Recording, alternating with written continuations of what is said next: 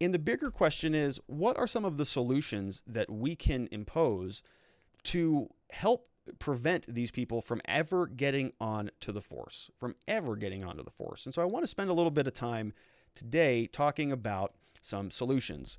Solutions are being thrown around a lot. Last week, I was a little concerned that I wasn't hearing any solutions. I had no understanding from anybody who was in the Black Lives Matter movement, or really in any justice reform movement. What are we doing? What do you want to do about this? Is there anything that we can do to prevent this problem? I'm hearing a lot of defund the police. I'm hearing a lot of end systemic racism, end the patriarchy, down with white supremacy, all of those types of things. But I really don't know what that means. I really have a hard time understanding what can we do practically to improve all of our lives and improve our justice system. Is there anything? And as we're going through these solutions, I want to really highlight, is there anything of these solutions, anything that we could do that would have prevented what happened in George Floyd's case or Breonna Taylor's case? If you don't remember Breonna's case, she was at home in bed and she was shot at 20-something times, hit 8 of those times, and she was killed. Totally innocent. The police were in the wrong apartment. They had already arrested the guy. Is there anything else there? They shot and killed Breonna. Then they charged her boyfriend, who fired back, with attempted murder for trying to murder the police after they blew into their house and killed her. Is there anything here in terms of solutions that would have prevented that? Let's talk about them. So the first one I want to highlight is body cameras. Okay, body cameras. This is a big issue, and one that I think we should really spend some time on and look at. The reason I say that is because I think they're very important. I think they're very important in terms of making sure that there's a certain level of accountability for all police officers. Cops absolutely lie. We have seen it many, many times. We have represented many thousands of people. Cops lie in their reports. They lie on the stand, and they lie outside of court. They lie during interviews. They're constantly, now this is not all cops, but they do lie. We just have to acknowledge that. They falsify evidence. They exaggerate evidence. But most of this stuff happens after the fact. We find out after we have the body cameras. If nobody was recording George Floyd's case on their own cell phones and the cops had body cameras, would there be the same reaction? Do you think there would have been? Do you think that evidence would have appeared? Do you think it would have ever leaked? Do you think that there's anything that body cameras would have done to have dissuaded these cops? That's really the only argument that I can see for it being a reactive or a proactive approach, is that you give all the cops body cameras and then they know that they're being watched, and then they act better. They act in accordance with the fact that they're being monitored. Now, I don't know that that actually happens, in large part because a lot of the body cameras never see the light of day. They never come out. They don't make them publicly available. You have to go and buy them from evidence, or you just never see them, or you see them and they send you these huge massive files and they bury everything behind all these different codecs, and you have to use all this different software to open and play them and download them, and they only store them for 10 days. They make it extremely convoluted to go and actually get the body cameras. Now, I support body cameras. I want more of them on there because I do think that there is a tendency of people to sort of maybe self-police themselves if they know that they're being watched. But there needs to be accountability and transparency with it. So just strapping body cameras on every single cop and giving them the ability to turn them on when they want, to turn them off whenever they want, doesn't solve the problem.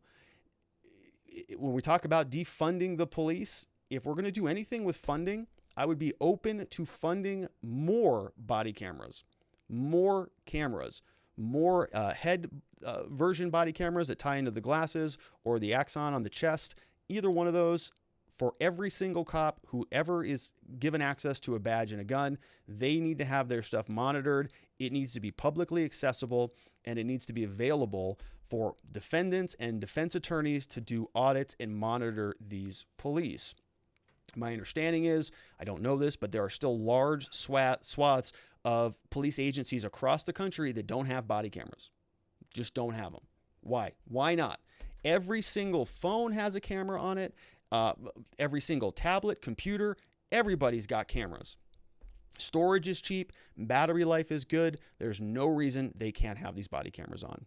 Now, that's one solution. But would it have done anything in George Floyd's case? Probably not. Probably not. If a cop's going to kneel on a guy's neck for 9 minutes and kill him, he's probably going to do that whether he's got a body camera or not.